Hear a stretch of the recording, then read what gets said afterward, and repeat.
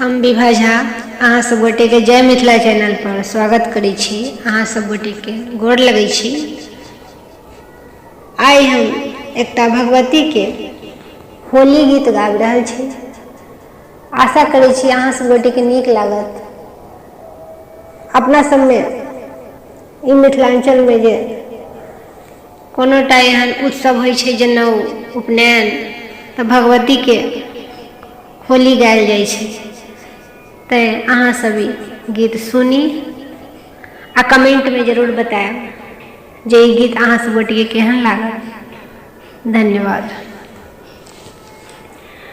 होली गहबर में सखी खेल तुम्हें जगदम्ब, होली गहबर में सखी खेल तुम्हें जगदम्ब।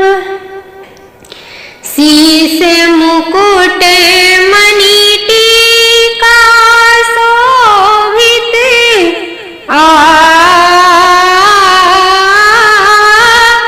शीश मुकुट मणि टीका शोभित, बिंदिया शोभाय पार, होली गहबर में सखी खेल तुम्हें जगदम्ब, होली गहबर में सखी खेल तुम्हें जगदम्ब। ओढ़हुल माल गले में शोभित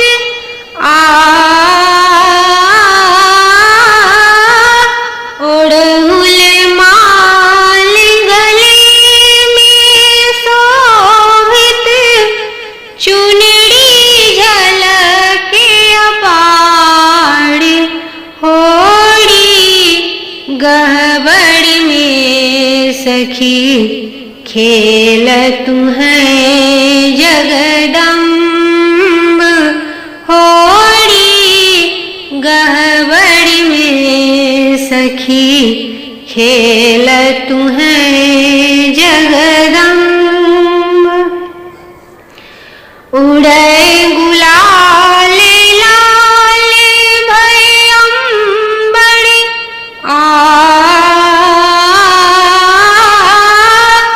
उड़े गुलाल लाल भय अंबर, मैया के शोभाय पार, होली गहबर में सखी खेल तुम्हें जगदम्ब, होली गहबर में सखी खेल तुम्हें जगदम्ब।